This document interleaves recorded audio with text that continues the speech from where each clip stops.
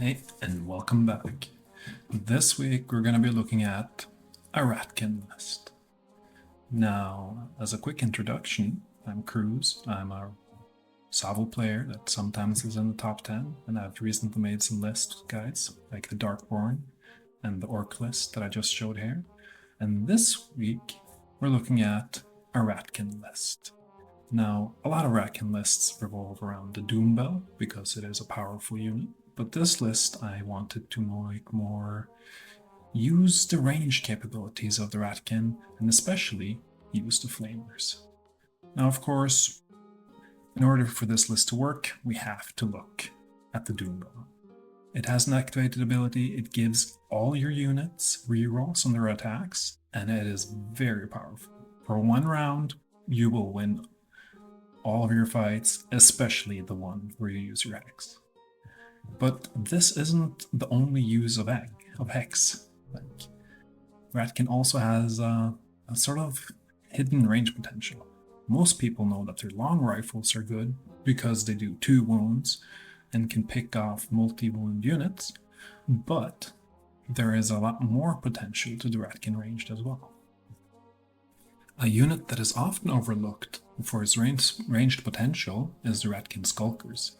With relatively short range and they're already being quite exposed, they're not the tankiest of ranged units, but they also are one of the few units with multiple attacks for Ratkin, meaning if you get a flank with them, they can back a punch. And they all, if you give them the Shuriken, 1/3 of the Trinity, they also have a ranged attack, which is very powerful. Now, looking back to the long rifles, they are, as I said, a staple and one of the things we see a lot. But there are a few things we have to keep in mind when picking. Like, if you have 3 or more long rifles, you can probably pick off a chariot. And chariots are a big problem for Ratkins because they're not very mobile and they don't handle getting flanked very well. So that's why you want at least 3 long rifles, because that at least gives you the threat of one-shotting a chariot. And it also increases your discipline if you're using it for flea baiting, which this list absolutely wants to do because we're running Ratkin Flamers. Ratkin Flamers, excellent unit. A couple of problems though. Very squishy and not the longest range. How do we get people into range? Well, you can flea bait, and then your opponent runs into range of the Flamers, and you also have to spend time making sure that they don't get shot. So you got to keep them safe. Now you can see in the example here, these whites charged the conscripts, got baited forward, and took a blast to the face. And that wasn't even a great roll, that was average. So that's just how good they are. And not only can they destroy enemies with their flamers, they can also flank. And those flanks are important for this list because you want, if you want to flee, you need someone to take that unit so they just don't chain charge you round after round. Now, to shore up this list, we're running a fearless unit in the form of the Rat Swarm. Now, the Rat Swarm, it's not the best unit, but it has fearless and it has a big number of attacks in frenzy, meaning sometimes they just don't do any damage, but they stay. And that is exactly what you want at the most exposed corner of your army. So I would often deploy these to the center of the map and you sort of pivot around them. Sure, they might get flanked, but they are gonna hold, well, at least 60-70% of the time with 8 discipline.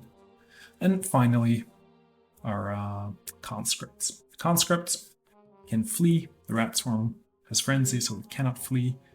These are the guys that you want to leave in charge range, so you can bait your opponent back and get those important flanks. So you can actually pull off these ranged moves.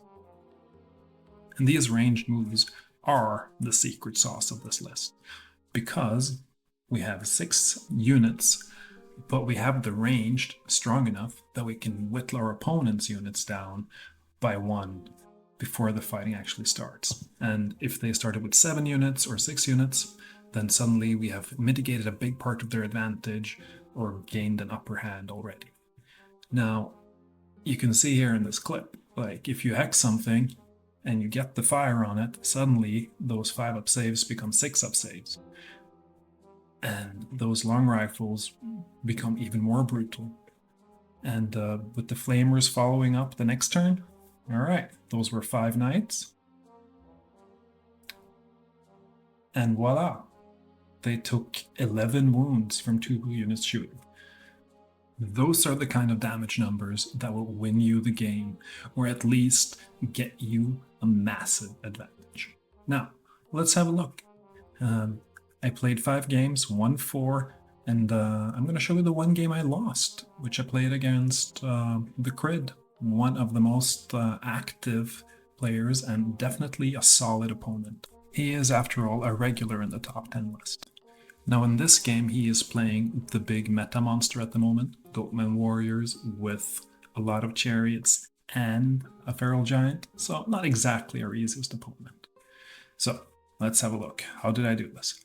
I deployed heavily on one flank, thinking that there is no way I'll be able to contest both objectives as once. With his superior mobility, he is just going to crush me. Now he quickly moved a unit up to block the skulkers there from being able to move, pinning them down to ensure that he can get a side charge with one of his other units. He also moved his commander onto the left objective. So starting on off, I have units on the objective, he has units on the objective. And I'm hoping that my range advantage will help me out. Getting some okay flaming action going there. Now, the things I am afraid of here, of course, is that he will just somehow get enough flanks to just yeet me off the board. If I start fleeing when I don't want to, that is a big problem. But he has already moved his chariot on the right down, and he can't really reach me, so I feel confident that I can move my rats up, and hopefully they will keep my conscripts, my flea baiters, safe. So he moves more into position. I'm not sure if he can reach the Ratkin swarms, maybe. Anyways, earlier I hexed his chariot. My skulkers, they hit on 5, but he saves on none.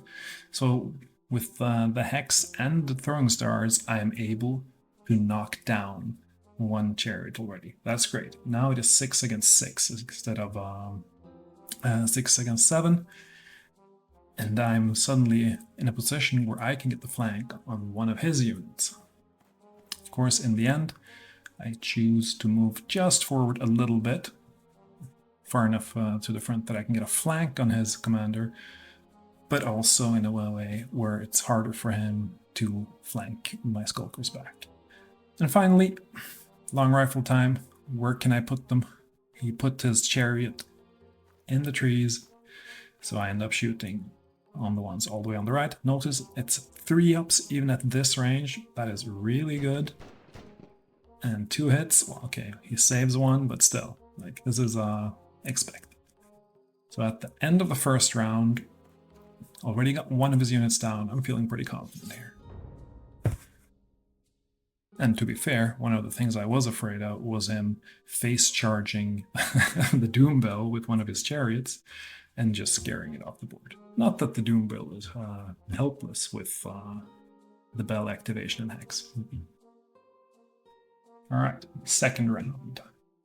We ended up with a combat between the Skulkers, and he has charged his commander, the Longhorn, into the conscripts. He also got a side charge onto the rats, but the rats can handle that. That's fine. So then the question is, what do I do? You can see me setting up for flanks there. If the Skulkers get unlucky, then I have a flank to save them. But I'm also setting up so I can flank the Longhorn. And I activate the bell, considering this is the important turn that I have to win, and I put the hex on the Longhorn. meaning that I am thinking that is the fight I want to win. And to be fair, if I get him off the objective, that is a big win for me. Now, he still hasn't committed his giant, and I am very afraid of getting bouldered by his giant, so I'm staying back and hiding those flamers as best as I can. Alright, he moves his giant on. Maybe that counts as being on the objective, I don't know. Oh, there is. Okay, I decide to... Oh yeah, I was close enough. I was just in cover, so it's 5 ups, I get lucky. 2 hits, and yeah. Guess I can then move... Oh, I'm moving the long rifles back a bit, huh? Guess I'm worrying about... Oh, okay. I am positioning my long rifles so I can flank the raiding chariot that goes onto the rats in the event of the rats failing and fleeing. Which, you know, can happen.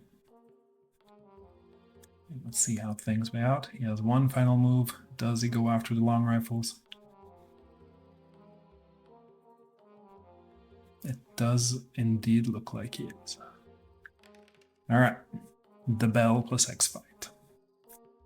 He doesn't roll too hot. I don't roll too hot either, actually, on the second round there, but the Hex comes in big, and he loses a ton of units. That is just annihilation by the conscripts. Really good showcase of why Hexspell is such a powerful list. My trashiest unit destroyed his best one. Oh, and the Skulkers took down the chariot. That was good, they didn't even lose that many. And oh, the Ratkin Swarm hits back. And they lose by 5. But that's okay. And 4 wounds was 1 less than what was needed to kill one of them. So I get to strike back with 15 attacks. Alright, do I side charge the chariot there, or do I hope that he will... Nope, I do not. I end up fleeing, both with my conscripts and my rifles, and I'm fleeing with the Skulkers, hoping they will stay on the map. If those flee off the map, I am super sad, and they do. Oh, but at least I got the giant off the objective, which is netting me 50 points. So even though that was 70 points worth of Skulkers gone, it's sort of a win. And yeah, so now I stopped the bleed from the objectives. But then again, 2 of my units are actually fleeing, so now it's looking a bit shady there. But then again, it looks like I have a flank on his unit with the Doom Bell, and it looks like I will be able to flank his chariot with the flamers. Or maybe they just flame it out. Like, who knows, maybe he just destroys it. I mean, it only has 1 hit point. And I'm looking at this, I'm like, why in the world didn't I flame harder? Oof, the conscripts failed their save, and the long rifles failed their save. I mean, it happens. Ratkin aren't known for their best discipline. Alright, 4 hits from the chariot onto the wagon, finally taking down 1 of the Ratkin Swarm units, and then the Ratkin Swarm flees as well. Okay. It's looking pretty grim now. I will not claim otherwise. But let's see how it goes. Oof, can he charge that chariot into the place of those flames? No, he goes into the back of the Rat Swarm. Okay. I guess that is valid. Flamers are looking like they're trying to block his giant. I'm getting off subpar flaming, doing only 1 wound, but such is the way. Now, what will the giant do? 2 Ratkin units are fleeing as hard as they can. That's a rough amount of failed discipline tests that round. Of course, now that giant is getting back on the objective, which is not what you want at all. So that is pretty rough. I should not have moved those flamers so hard. I should have flamed and then moved. Oh well, the things you see when you watch a replay. Alright, he put his giant in... Oh! Both of those fleeing Ratkin units worked it out there. That's good. And looks like the flamers are... Oh! Bell coming in, doing nothing from the Warlock, but the Bell does a wound. Will the Gutman Warrior strike back? Alright, it's just two up. Ah, and the Gutman Warrior save, because that is lucky. It means he has 2 units on the objective. And the Ratkin swarm is also going down there. But at least they hold this route. So that's I've seen it look better. So alright. So here I'm wondering, do I intercept? Or do I let the giant smack onto the Bell? And I'm thinking, you know what? That Bell is probably going to run away, but survive. There's a lot of hit points in that Bell, so why not get into position? And let's see if I can get these long rifles and flamers in position to do some good. So, placing them to side charge. We're going to get a flank on that chariot.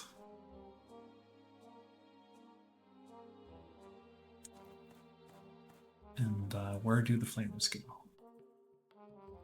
Guess they're setting up for a back charge onto that giant. That's at least what I would do in this case.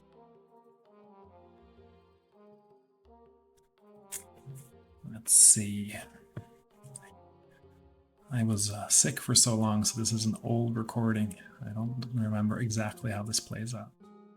Alright, Doombell not charging. Not exactly scary, but the Warlock putting in some work here, or trying to at least. But getting 2 wounds, that's actually really good.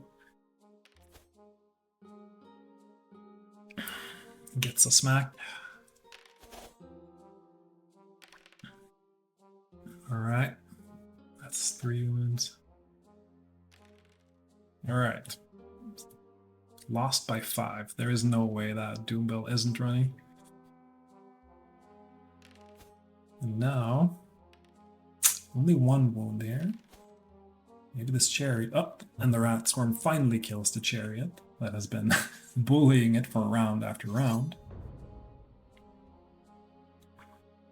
And now I'm 150 points behind, which is not great. I have lost 1 unit of skulkers. Not ideal. But what can you do? Get a flank there, looking very much like... and I actually did not intercept, because I was like, okay, that Doombell is probably... If I let him charge there, it will get him off the objective, and if I intercept him, I'm going to lose the flamers next round, because there is a big chance that... there's a big chance that those flamers will die and flee off the map after intercepting. So I'm like, okay, gotta do it this way. And you can see, like, with so many units still left on the board, the battle is won, but will he still win on points? Like, it's looking pretty fresh. Of course, a giant into the back of a Doombell probably means that Doombell is gonna run. Let's see. Miracles have happened before. He gets 2 hits. There's no save. Doombell lives. Losing by 2 means you have to hold on a 4, so yeah, runs off. Well, then it all comes down. Can these poor Goatman units get killed? Are there enough points left on the board to save? 150 points behind, a giant, and some warriors. That's not the worst. The question, of course, is what to do now. Like, do I back charge the giant? And in the end, I did not charge the giant. I ended up hiding it, and I back charged these warriors with the rat swarm to make their discipline hold harder. And in the end, he fails it, and I lose. And this, I'm like, oh, how close was this? And then I lose by 6 points. So I'm like, okay. Not ideal, but that is the shroud on the warlock. Now, I was debating whether to put shroud on the warlock or not, and this game showcases one of the reasons you shouldn't do it, because it makes that Doom Belt even pricier and that warlock even pricier. So it's something worth considering. You can skip shroud, throw in a few more rats, and maybe that will change the outcome in your favor. Now, I hope you guys enjoyed the watch. This was my first game that I played with this list against Crid. I saw several mistakes I did, like fleeing with the Skulkers, not backcharging the Giant for a chance to win at the very end. So, I see this now, and the list is even better than I felt then. Overall, I had around 80% win rate, and I feel this list brings something new. You can kill your enemies with the Flamer, the Shuriken, and the Long Rifle. It's an unholy trinity of surprisingly much range damage. So yeah, if you like this, like and subscribe, and maybe I'll make some more.